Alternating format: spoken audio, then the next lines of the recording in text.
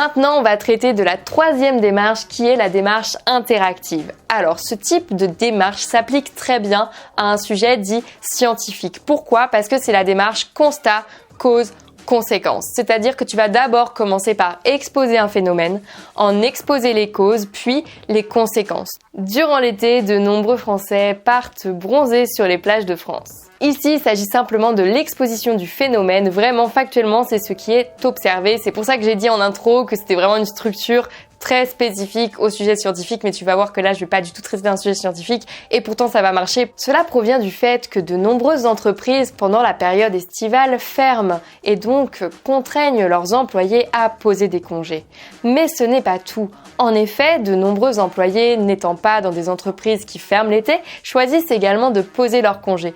Pourquoi ? Simplement parce que cette période estivale est vraiment propice à aller bronzer sur la plage, d'autant plus que leurs enfants sont en vacances.